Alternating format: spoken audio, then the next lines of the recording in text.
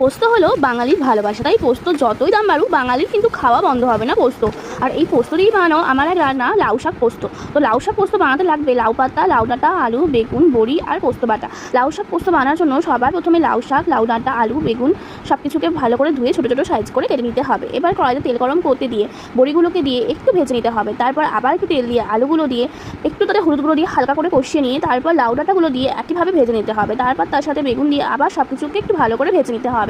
এবার সব কিছু ভালো করে ভাজা হয়ে গেলে সব সবজিগুলো তুলে নিয়ে তাতে আবার একটু তেল দিয়ে পেঁয়াজ কুচোগুলো দিয়ে লাল করে ভেজে তারপর তার সাথে কয়েকটা চিংড়ি মাছ দিয়ে ভেজে নিতে হবে। তারপর তাতে পরিমাণ মতো জল দিয়ে তাতে পরিমাণ মতো নুন, হলুদ গুঁড়ো, চারটে চেরা করে কাঁচা লঙ্কা আর একটু কাশ্মীরি লাল লঙ্কার গুঁড়ো দিয়ে কিছুটা ফুটতে দিন। জলটা ফুটতে উঠলে তাতে আগে থেকে ভেজে রাখা সবজিগুলো দিয়ে ঢাকা দিয়ে 7-8 মিনিট সিদ্ধ হতে দিন। তারপর ঢাকা খুলে লাউ শাকগুলো দিয়ে ঢাকা দিয়ে আবার 5 মিনিট সিদ্ধ করে নিন। তারপর শেষে পোস্ত বাটা দিয়ে তাতে অল্প তেল দিয়ে দিন আর তারপর গরম গরম ভাতের সাথে সার্ভ করুন, দুর্দান্ত লাগবে।